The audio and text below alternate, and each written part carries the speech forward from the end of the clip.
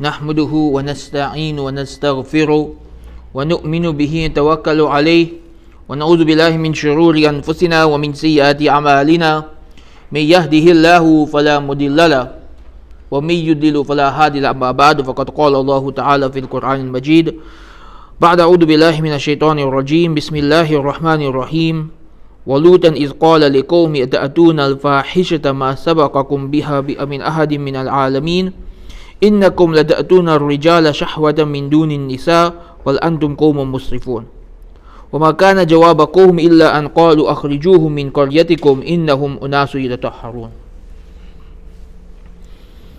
The stories mentioned in the Quran, and specifically the stories of the prophets, contain timeless wisdom that we can benefit from no matter how many centuries we live after the time of the prophets. And when you look at the stories in the Quran and the topics they focus on, sometimes it feels as if the Quran was revealed for now, as if it was revealed to tackle contemporary issues. And one of those stories that directly addresses a problem that is arising in the world today is the story of the Prophet Lut alayhi salam. So for today's khutbah, very briefly, we will go over the story of Prophet Lut alayhi salam and extract some lessons from it and offer some advice based on the story for dealing with contemporary issues. To begin the story, Lut alayhi salam was the nephew of Prophet Ibrahim alayhi salam. So when Prophet Ibrahim alayhi salam first began to preach Islam, when he first began to preach the message of Tawheed, only two people believed in him, Sarah and Lut. He married Sarah and they left the city and they went on their story that would, inshallah, we'll probably cover that in Zulhijjah, because Zulhijjah is linked to the story of Prophet Ibrahim alayhi salam.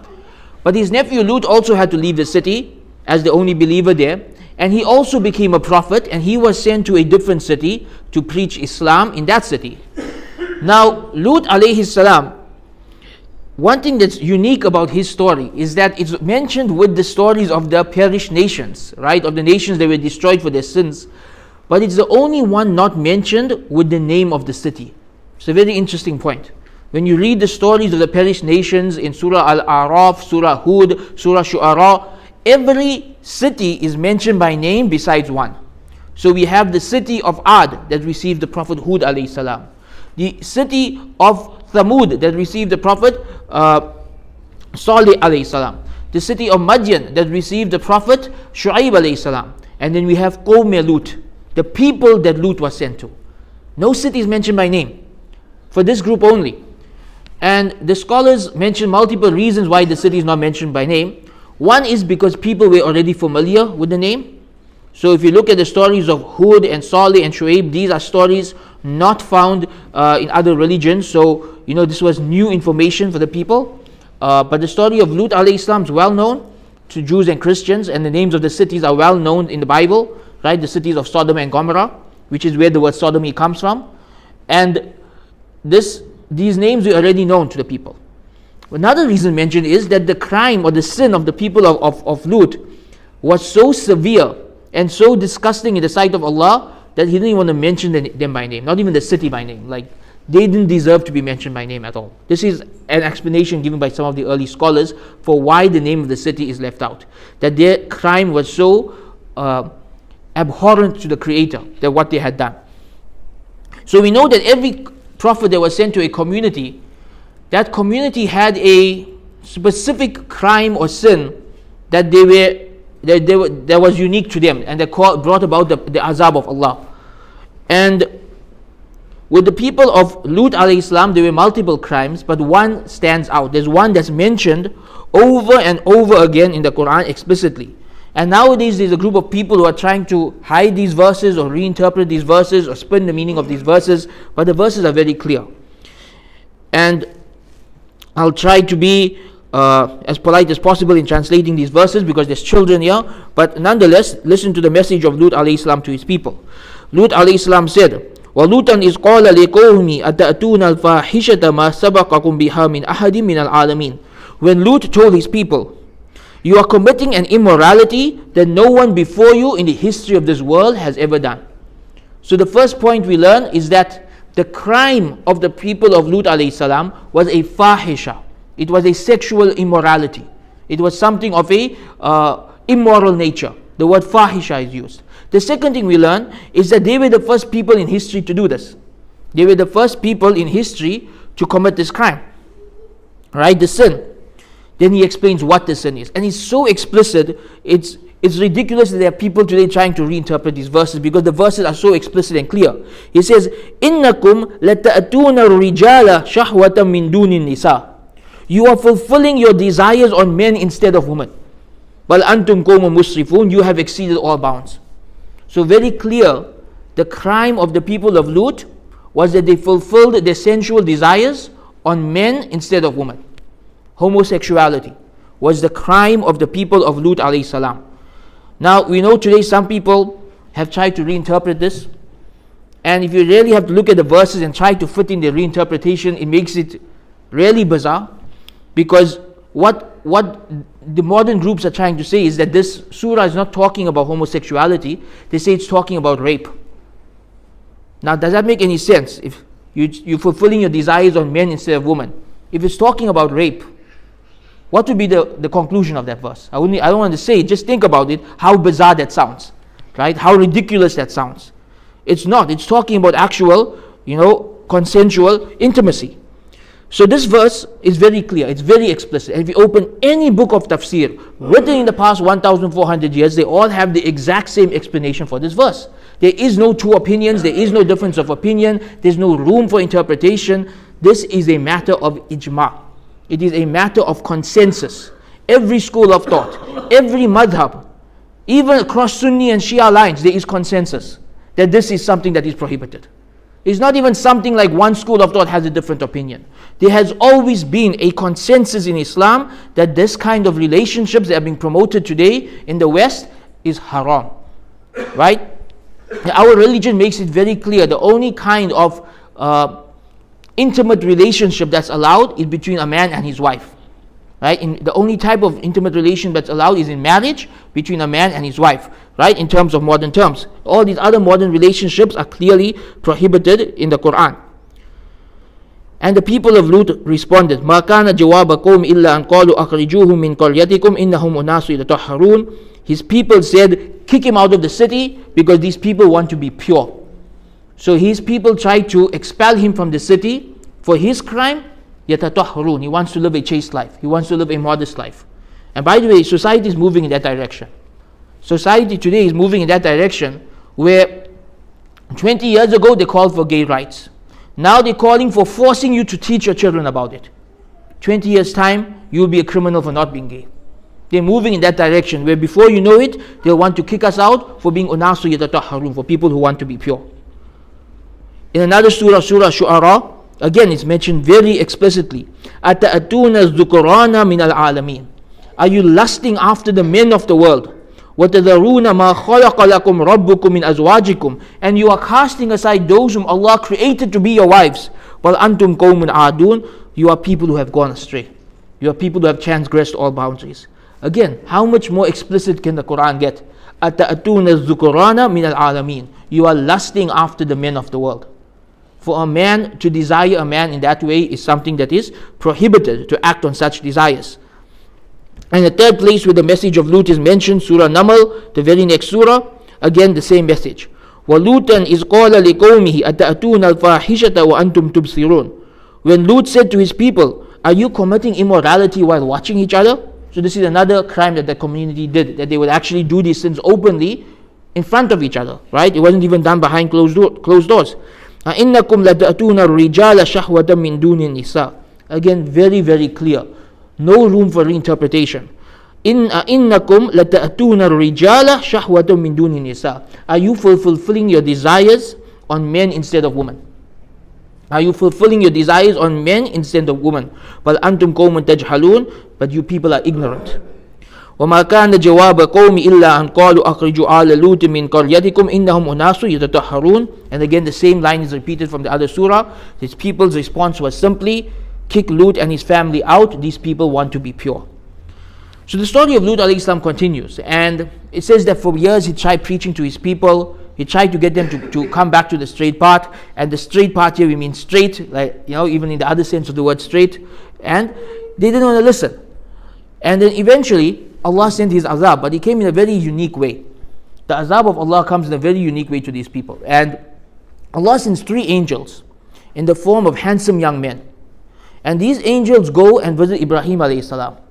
And he serves them food. They don't eat the food. He realizes they're angels. And he asks them what they're doing. And they say they're going to destroy the people of Lut. And Ibrahim alayhi salam's wife starts to laugh. Right? That finally these people are getting what they deserve.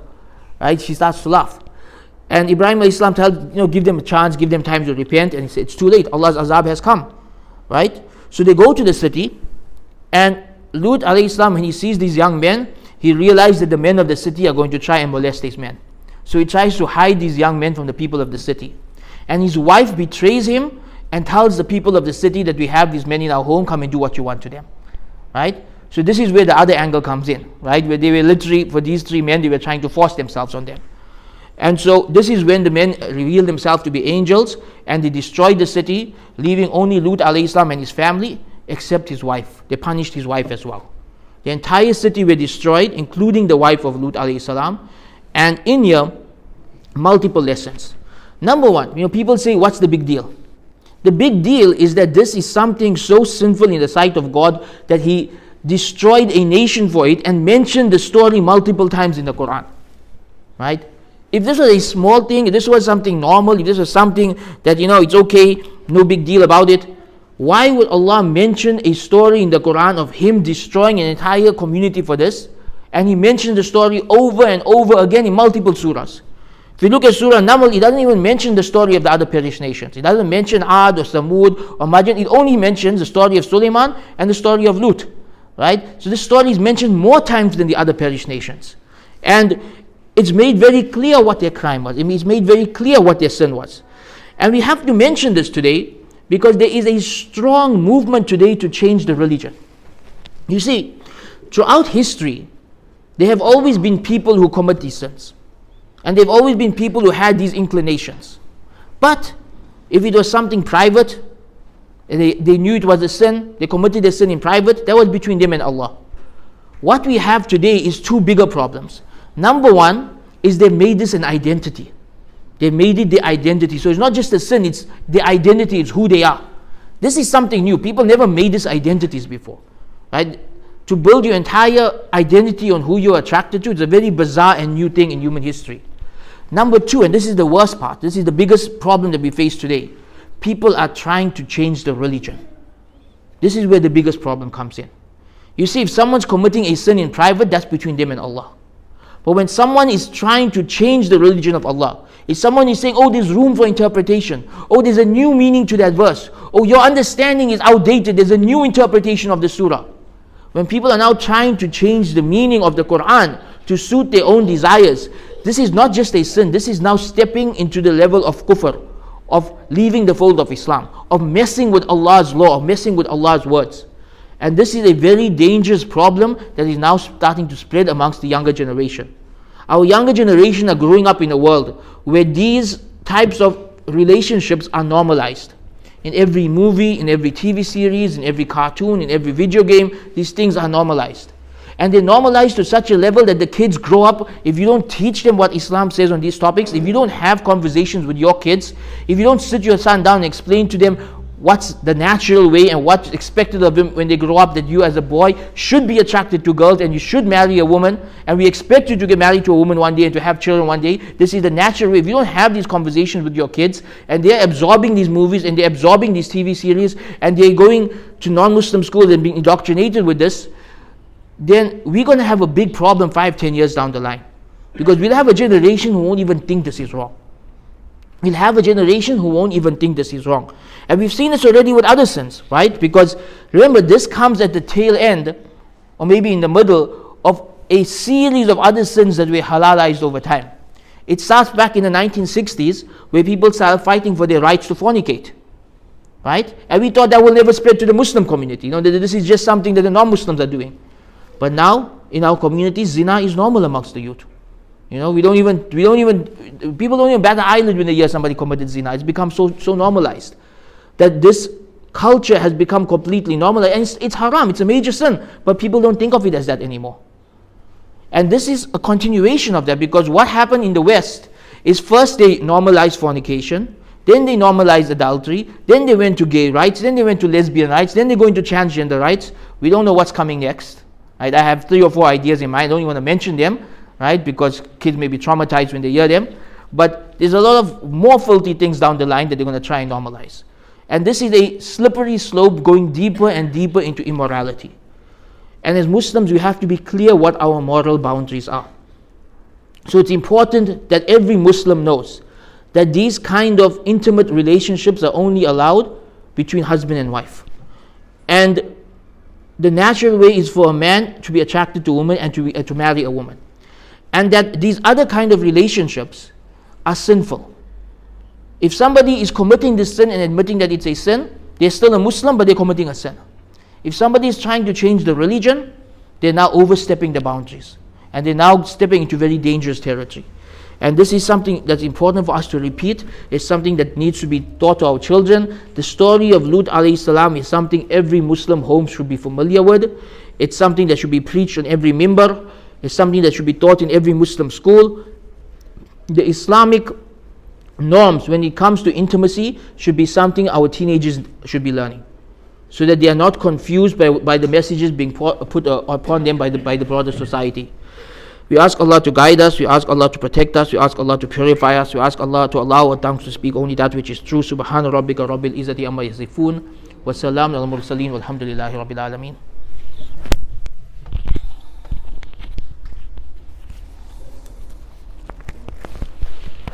Alhamdulillahi wahda, wa salatu wa salamu ala man la nabiyya ba'da, amma ba'd, fa inna asdaqal hadithi kitabullah, wa khayru hadi Muhammadin sallallahu alayhi wa sallam, wa sharrul umuri muhdasatuha, wa kullu muhdasatin bid'a, wa kullu bid'atin dalala, wa kullu dalalatin finnar. It's important for us to understand this topic from multiple angles, and so inshallah this won't be the last khutbah on this topic. We will discuss it from other perspectives in later khutbahs this month. But a couple more points I want to mention today. The wife of Lut alayhi salam is specifically singled out in the Quran as an example of the disbeliever. Right? Allah subhanahu wa ta'ala in Surah Tahrim, He specifically says the example of the disbeliever is the wife of Nuh and the wife of Lut. The wife of Lut alayhi salam, what was her crime? She was not a homosexual, she was not a lesbian. Her crime was she was their ally. She supported them. She said they had the right to do it. Right? She wanted them to enjoy all of this. She didn't see anything wrong with what they were doing. And just for being their ally, she also was punished by Allah. She also faced the same punishment as them. And so what this teaches us is that as Muslims, we cannot ally with immorality. We cannot be allies to immoral movements. A fundamental of our religion that's mentioned in the Quran as, Allah subhanahu wa ta'ala says, you are the best of people brought forth for mankind. Why? You're the best of people brought forth for mankind. تَأْمُرُونَ النَّاسَ بِالْمَعْرُوفِ وَتَنْهُونَ عَنِ الْمُنْكَرِ. That you command people what is good and you forbid what is evil. This is a fundamental of being a Muslim. That we forbid what is evil and we command what is good. And we are reaching a point in history where Muslims are now the only ones left who are prohibiting what is evil and promoting what is good in this area. Other religions are trying to change their scriptures. They're trying to accommodate. They're trying to hide the story, erase it from their scriptures. In reality, if you have to be honest with yourself, right? And this I would say to any non-Muslim as they're watching this, be honest with yourself in your scripture. You'll find that these type of relationships are prohibited in every religion. Every religion. It's not just Islam. Every religion prohibits these type of relationships. The problem is, over time people adjusted their scriptures to accommodate the masses. And Islam, we're not allowed to do that. Our religion is from Allah. And we are responsible for conveying the message of Allah and protecting the message of Allah and commanding what is right and forbidding what is evil. So yes, sometimes that will mean that we will be the minority. But we need to stick to what is right. Finally, one last point for today. People ask, what's the harm? Right? This is the question. They say, what's the harm? It's two people, it's their private business, they're consenting adults. How does it harm you? Well, there are multiple harms to the broader society when these things are normalized. You see, if two people did a sin in private and they accepted it as a sin and nobody knows they did it besides them, yes, that is their own business between them and Allah. Right? They should make tawbah, that's their private business. But when people are celebrating these things and they're proud of these things and they're displaying it in public, this corrupts every level of society. And what we are seeing in the modern world today now, we are seeing marriage falling apart. We are seeing divorce rates skyrocketing. We have the largest number of unmarried people in their 40s and 30s who will never get married. We have children growing up not knowing who their fathers are. We have children who are completely confused about every aspect of their lineage. They don't know who their fathers are, who their grandfathers are, who their great-grandfathers are. It's a complete mess. Right? We have people who are suicidal and depressed because they are confused about who they are and what their purpose in life is. When you mess with the family system, the natural family system that Allah created, when you mess with that, it has ripple effects throughout society. And Allah created a very simple system that works. He created men and women to be attracted to each other. That attraction leads to marriage. Marriage leads to children. The children are raised by a mother and a father, both of whom play their role in raising those children. Those children grow up well, and this continues for generations and generations. Anywhere down the line, you break that up with something else, you bring in something different, it's going to have ripple effects, not just on the individual, but on the entire family. And when these things are done publicly, they have major effects on the entire community. So, we ask Allah to protect our children and the next generation from these people who are trying to change the religion and from being brainwashed by the broader society. We ask Allah to protect us and allow us to understand the religion in its proper context. We ask Allah to guide our hearts. We ask Allah to change the tide of the world back in favor of morality, to end this wave of immorality that's spreading across the world. We ask Allah to give us the strength to speak that which is true. And we ask Allah to give us the strength to believe in that which is true and to stand by that which is true, even if we're the only ones doing so. رَبَّنَا آتِنَا فِي الدُّنْيَا حَسَنَةً وَفِي الْآخِرَةِ حَسَنَةً وَقِنَا عَذَابَ النَّارِ رَبَّنَا هَبْ لَنَا مِنْ أَزْوَاجِنَا وَذُرِّيَّاتِنَا قُرَّةَ أَعْيُنٍ وَاجْعَلْنَا لِلْمُتَّقِينَ إِمَامًا سُبْحَانَ رَبِّكَ رَبِّ الْعِزَّةِ عَمَّا يَصِفُونَ وَسَلَامٌ عَلَى الْمُرْسَلِينَ وَالْحَمْدُ لِلَّهِ رَبِّ الْعَالَمِينَ. أقم الصلاة.